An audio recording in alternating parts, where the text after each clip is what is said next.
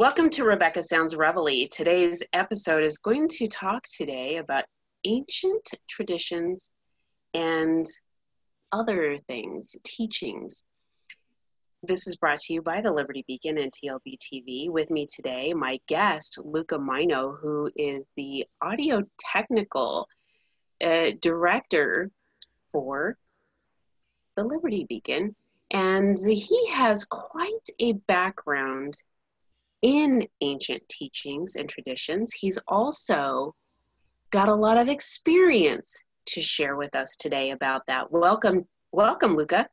Thank you so much for having me. It's good to be here, and it's good to be able to share. It really is. I'm excited because a lot of times we see mainstream type of religions, we see mainstream teachings, we see mainstream all kinds of stuff. And so within that, you'll see certain things that are more fundamental, such as Christianity, and then you have different sects of Christianity, and then you have other religions. But when we talk about ancient traditions and teachings, we want to think about the land before the settlers really came here and had a big influence. Would that be correct? Yeah. And so how did you get started in learning all about these different types of teachings and traditions? Believe it or not, it started with my own, I don't want to use the term race, but I'm European. First of all, I have no Indian blood whatsoever. And that basically gives me the right to talk a bit about racism, because it has nothing to do with your blood. It's got everything to do with your heart and who you are, how you live your life, and what you taught, and what you taught others and who taught you. And it's up to you, or it's up to us to make a choice. How I'm going to sacrifice. How much do we want to go outside of our comfort zone to learn? It's all you who decides that. And when you decide what you want to do, you better be careful what you pray for, because you may get it, like they say. So give me an example. You hear somebody talking about singing to the corn. Okay. And I just went, whoa, hang on a second, singing to the corn. And I sort of outside the box. I automatically thought of this beautiful elder kneeling down, putting in the corn, putting in the little stalks, and singing to them, and singing to the beets, and singing to the radishes and the potatoes. And you're singing to them, they're showing them that you love them, and they produce. Okay. And I have a slide to show about how 80 years goes by. Let's say radishes produce so much one year, and then 80 years later, not at all comparable to the original amount. Mother Earth stops producing because we stopped talking to her. They say the trees could talk before. Okay, so when you talk about production, you're talking about there's initial harvest, and then over the years, the harvest changes? Oh my God. They used to do it by hand. My friend Larry Cooper still remembers going in the rows of cornfields, taking them down by hand. Okay. And now there's, again, you could be singing or humming your Indian song or chanting together as a group while you're doing it.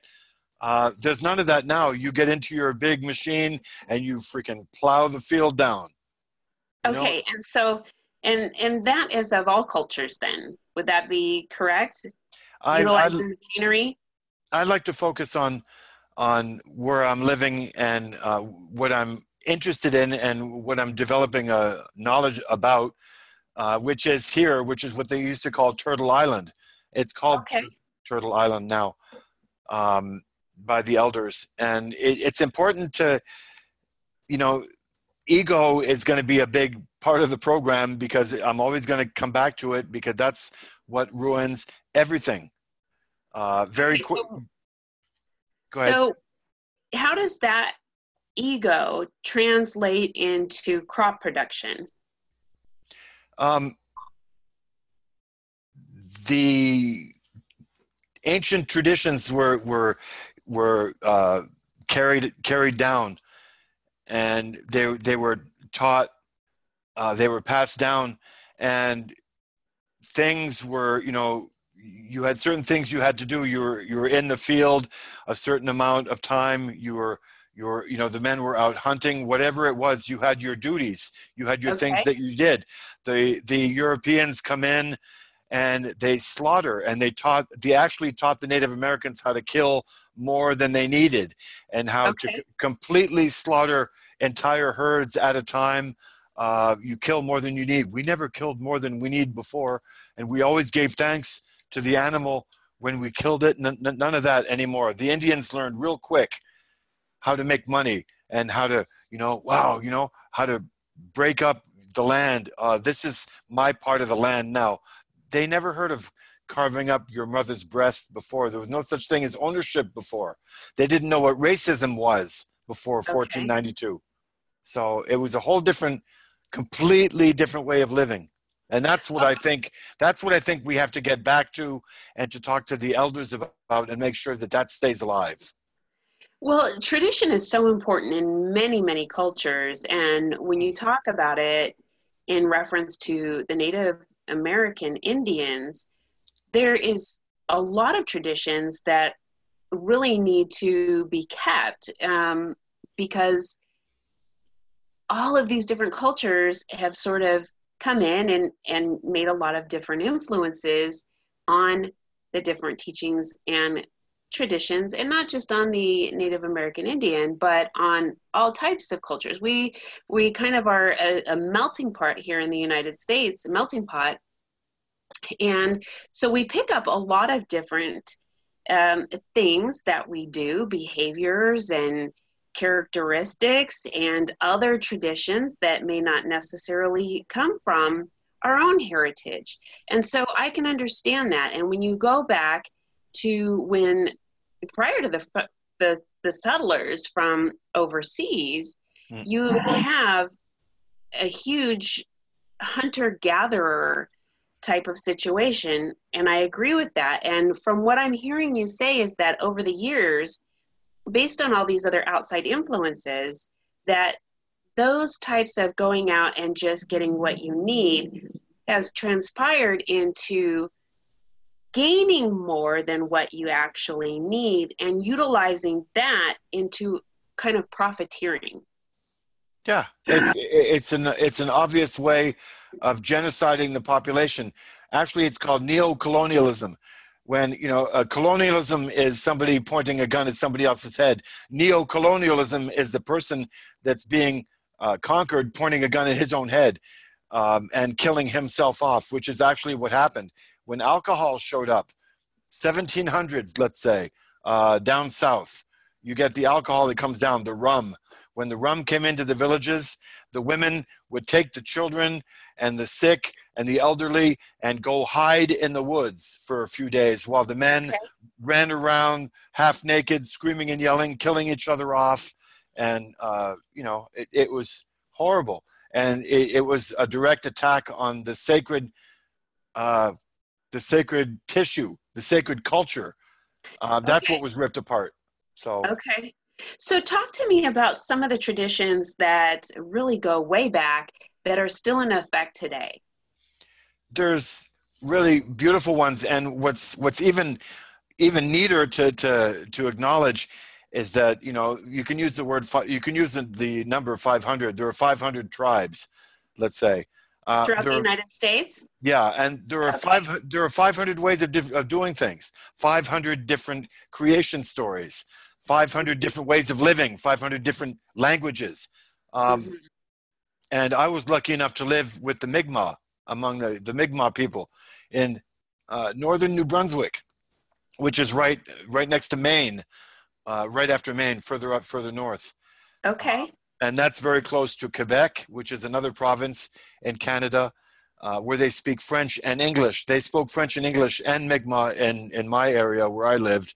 And I was lucky enough to learn from a beautiful elder by the name of Dennis Three Feathers Gideon and his wife. And that's what started me off. Things like singing to the corn, you know, Okay. the way they talk, the words that they use, the way that they think.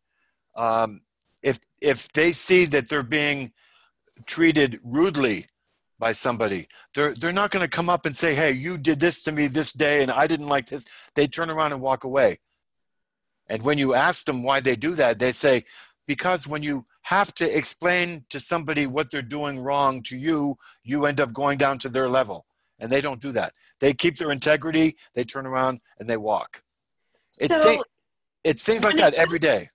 Okay, when it comes to, I mean, that's great for conflict resolution, but Yeah. sometimes there is such a challenge within a conflict that mediation doesn't necessarily be the be all to end all, if you will. Mhm. And so there are times when other types of situations take place. What kind of things traditionally would that be if, say, a Native American had to stand up for themselves? This is a really beautiful part because there was always conflict resolution. They had a big circle, a big gathering of the people affected or the tribe itself, and the uh, the person blamed was put in the center with the victim, and Okay. you know everything was talked about. And you're talking a sacred circle. Everybody in the tribe knows what this is and what it represents, and things get done right there. And most of the time, you know, the person doing the wrong or the person that did wrong just can't bear to, you know, face up to what happened or something, and he gets broken down, and you know everything is understood and it's forgiven or whatever, and you move on. I um, I can think of times in my childhood where there were situations that came about between, say, two schoolmates, and the teacher put them together, and instead of having them stay apart and have animosity and all these things, they end up becoming best friends because they're forced to be together. So is it something like that? Yeah, it's a total opposite way of doing things. Today we're polar opposite. Today we're in a patriarchal society, and you and I did a really good double show on patriarchal versus matriarchal. Right. This is what we're getting back to because even sitting in class, they didn't sit in rows, one in back of the other, where they look at the other person's head in the front of them. They sat in a Okay. circle where everybody looked at each other. That's very different. And if you think about that, there's a lot more interpersonal connections when you do that, because being that our eyes are the window to the soul, we're really able to absorb so much more visually, even auditorily Yeah. in that respect. So that's pretty amazing. Is that something that they still do on a daily basis, or is this Oh, for absolutely. I've been to many of them when they do a drum circle too. It's beautiful because the drum is in the center and the drummers are around it. And the dancing circle is the biggest. So they dance around the drum all the time. Yeah, okay? everything tries to be circular. Everything's in a circle. Birds do their nest in a circle. You know, the seasons come in a circle. The days That's very come in a interesting. circle. Even That's even birth, that's even even birth and relational. Uh, pardon? That's even relational in Christian tradition. When you're talking about a marriage vow, they talk about the circle, and Okay, so well, that's very interesting. you're talking about something like that. You can't go any further without explaining something very important about the basis of every belief system. And this is really important. Again, you have to put your ego out. You have to take your glass, and make sure it's not full. Okay. Because if it's full, you won't be able to learn anything. You have to bring your glass down. Don't empty it. Never empty it. Just keep a little bit in there so you can learn something more every time. This is a completely different way of looking at things. If you look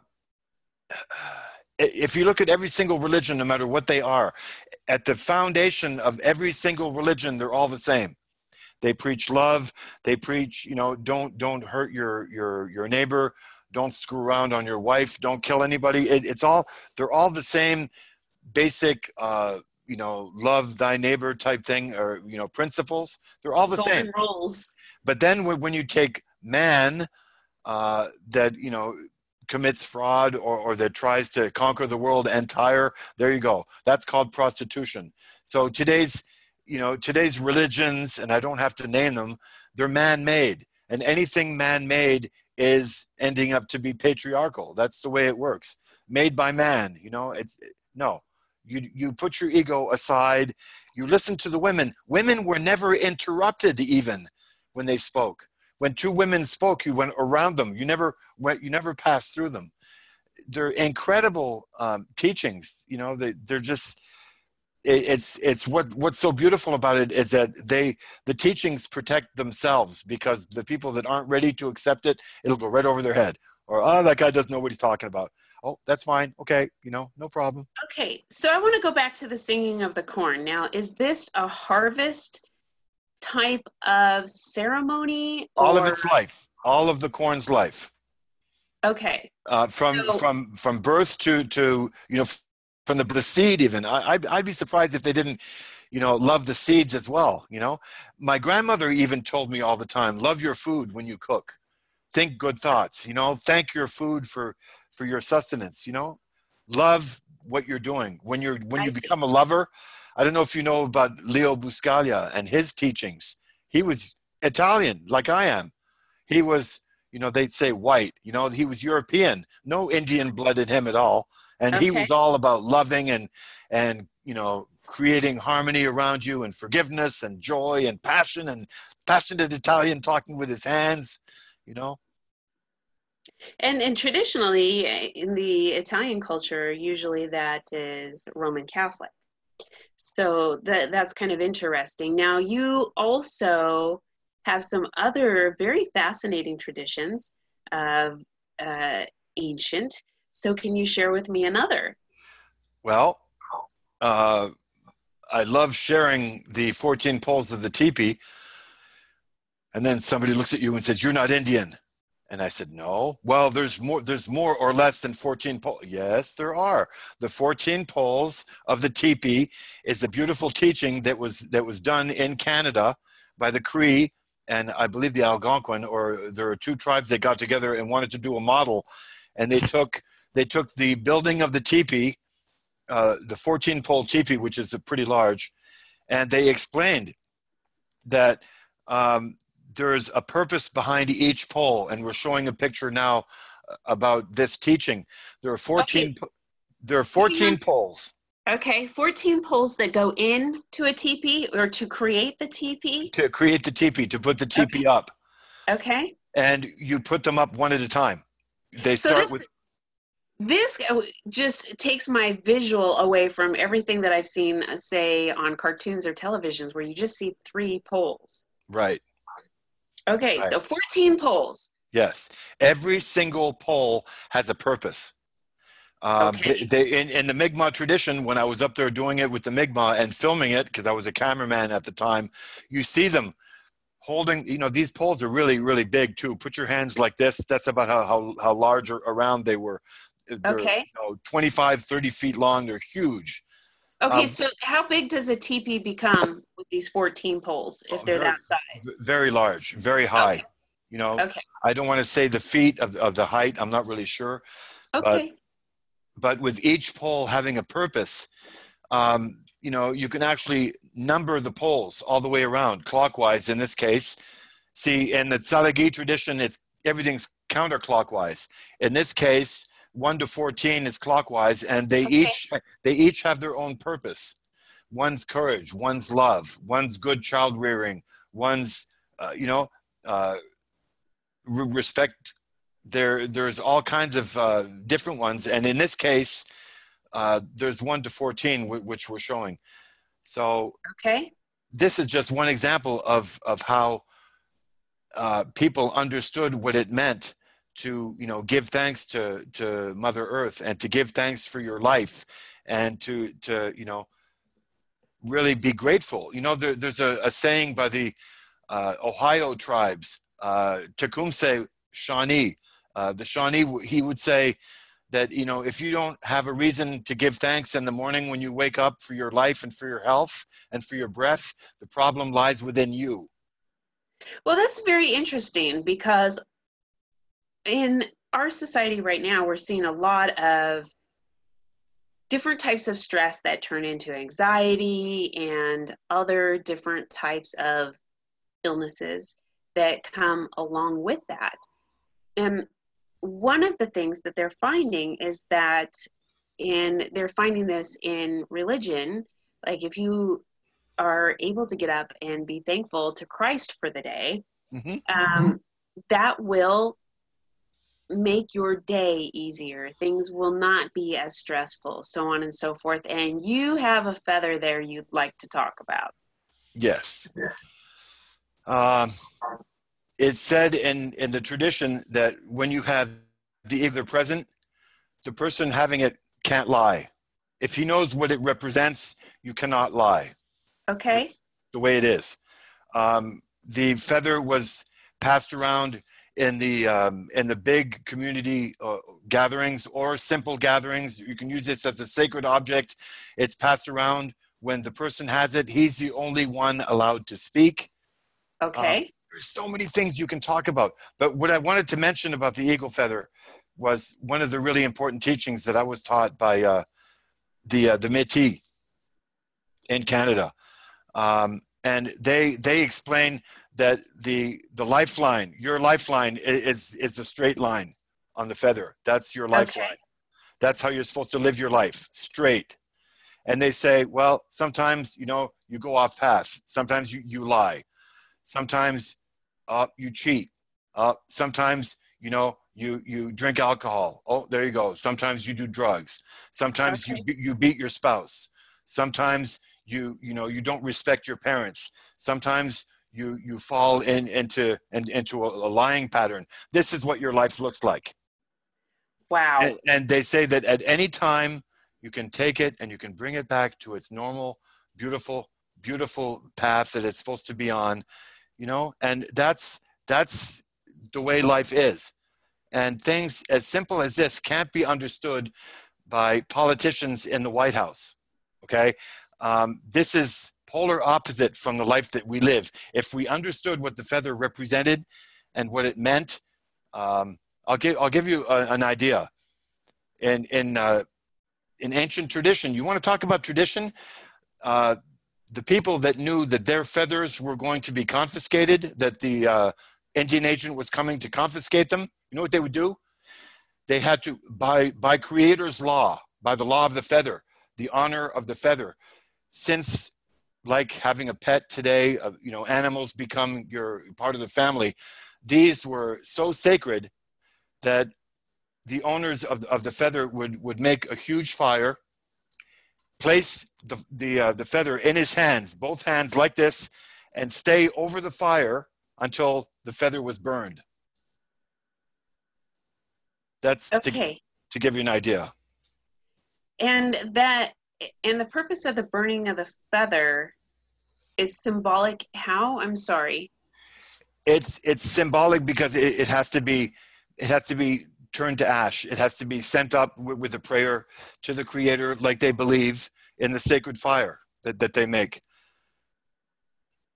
Okay. So, and another tradition that you were going to share also that I found very interesting had to do with hair. Mm, yeah. And it's powerful. But again, one elder up north is going to look at me and say, no, no, that's not the way we do things. Well, this may not be Lakota, it may not be Cree, but what I learned, Based on what you've learned. yes. And in the movie Avatar, you see the people do this, and hook up their hair to the ground. When they're dancing, if you've seen the movie in Avatar, when they dance and they're sitting on the ground, they're locked into Mother Earth. Long hair turns out to be spiritual because it's your ancestors going through you. It's your energy. It's your own body trying to connect with Mother Earth. That's why your hair grows, because it goes down.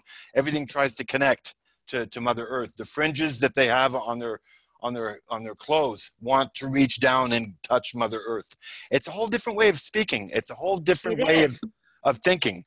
It is. And long hair is so precious and sacred to them. They carry their ancestors through their long hair. That's the term. Okay. And is there some other tradition as well with hair when it comes Well, to? yeah, there is. It's called cutting it off. The first day they go to the residential schools in the Catholic, Anglican, Presbyterian, whatever, in those schools that the Canadian and the United States government set up to, Christianize them, to assimilate them, to whatever. The first thing they do is cut their hair. First thing they do. Oh, you're a boy. You can't have long hair. Cut it right off. That's like breaking your spirit. It's going down and ripping your heart right out of your chest. So then, do the Native Americans have their own school system to Uh, avoid what is happening outside their own tribe? See, now it's completely taken over by what most people would call wasishu or apples, which are bought off tribes. They're called federally recognized because they're doing what the government says that they should do, and they're just bought off basically. And the government knows that you temporize and you temporize and you temporize, and after a while everything goes away. The elders die, old traditions are lost, and so we can all become Christians, or we can all become, Europeans, brown Europeans. That's what they want. So The biggest threat to government is an ancient teaching or an elder that knows what's going on, because the people in government now know that they're living the opposite of what they're supposed to be living. So they don't want to look at that. That's, they put it away. very interesting. So there's a lot of traditions that really have huge significance for Native Americans, and it's essential for them to, in their heritage, to keep within those teachings and traditions for many, many reasons that you have just shared. This, I find this very fascinating, and I know that our time has gone pretty quick, but give the audience one more really just embracing tradition that many people would never even think of, that is so ancient. Um, uh, if you check out the prophecies, the Hopi prophecies, you might find, see, this is what I mean today. Okay, if you go research stuff like that, it's not going to be the most powerful teachings you'll ever find won't be on the internet. They'll be probably in an elder sitting there with his arms crossed in the room, sitting in the back of the room, not saying a word. So they're not written down. No, it's all oral tradition. It's all passed down. Okay. And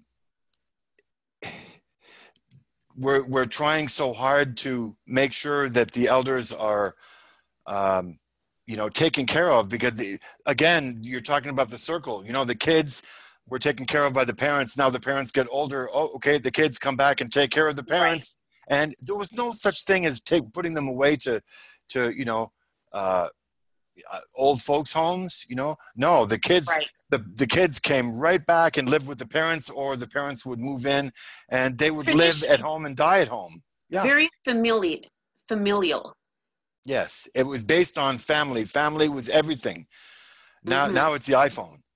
Now it's materialism. I can't leave this show without talking about the Standing Bear Council, because Okay. I'm showing a logo of the Standing Bear Council, which is what we're looking at. We can't finish the show without talking about this, because that's exactly why the Standing Bear Council was put in place by, you know, Larry Cooper and his sister Donna Hare, and so many others. And I'm really proud to be on the board of directors with them. I'm the VP or the vice chairman or whatever you want to call it.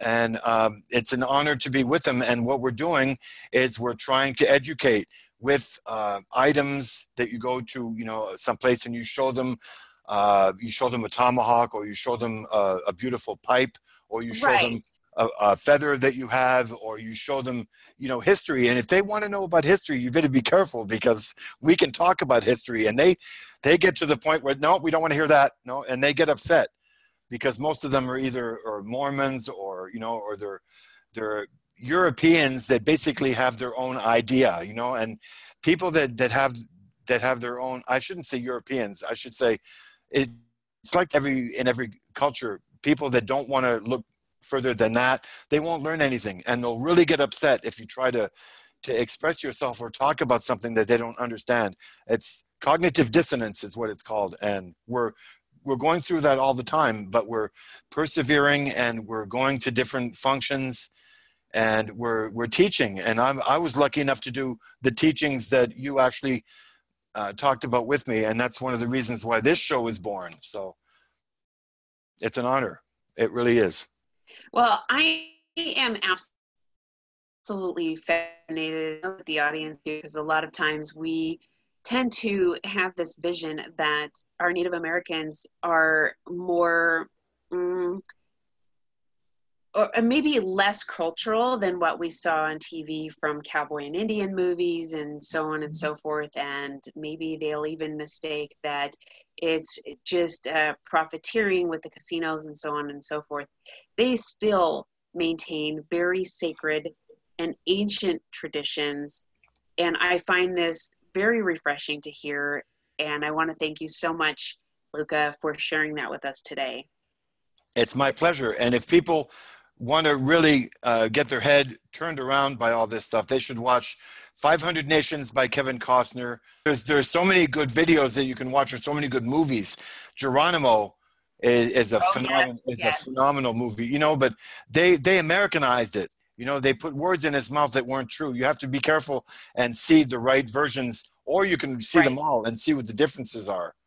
So. Right. Well, thank you so much, Luca. This is really neat to hear about, very refreshing, and very eye-opening. My pleasure. And it's good to have a good woman aboard, because you're what's considered a right-thinking woman. And if we had right-thinking women like you, not like Hillary Clinton, like you, okay? If we had people like you leading the country, what would happen is that all the money would be spent in the right places. There wouldn't be any war. Be a lot of people pissed off at each other, but nobody would be fighting. So well, thank you so much. Thank you. And I want to thank all of you for watching. I want you to think about some of the traditions that you have in your own culture, and those that were really established here in the United States way before the settlers came in. And we all have to respect each other's differences and cultures, the traditions and the teachings. And we can't really do that until we really have an opportunity to understand and learn about them. I encourage you to expand your knowledge on Native American traditions and their teachings, and embrace them and realize that they in fact are still in existence today. Thank you so much for watching. And this has been brought to you by TLBTV and the Liberty Beacon. I look forward to reaching out and sharing more information with you again.